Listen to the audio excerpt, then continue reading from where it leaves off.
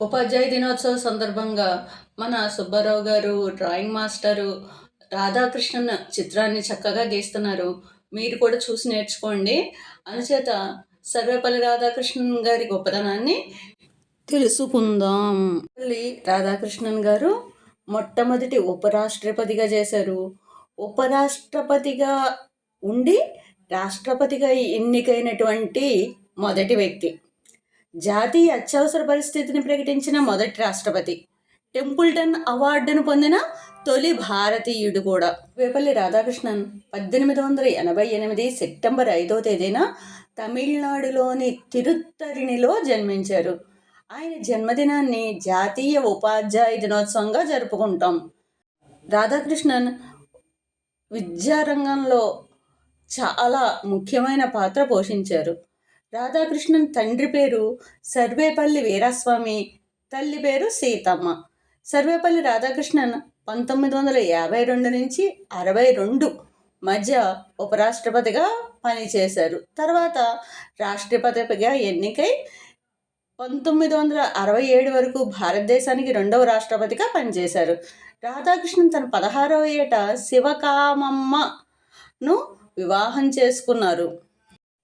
1954 సంవత్సరంలో భారతరత్న అవార్డు కూడా అందుకున్నారు.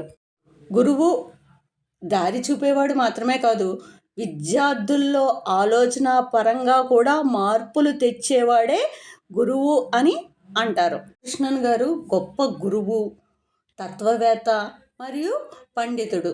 ఆయన విద్యను మద్రాస్ క్రిస్టియన్ కాలేజీలో పూర్తి చేశారు. తత్వశాస్త్రంలో ఆయనకు ఉన్న ప్రావీణ్యం వల్ల ప్రపంచవ్యాప్తంగా గుర్తింపు పొందారు. విద్యార్థులకు సులభంగా అర్థమయ్యే రీతిలో లోతైన విషయాలను బోధించడం ఆయన ప్రత్యేకత. రాధాకృష్ణన్ గారు 1975 ఏప్రిల్ 17వ తేదీన మరణించారు. కానీ ఆయన జ్ఞానం శాశ్వతంగా ఉంది.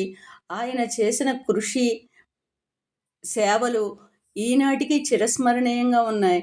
ఉపాధ్యాయ దినోత్సవం సందర్భంగా ఆయన్ని స్మరించడం మన అదృష్టం.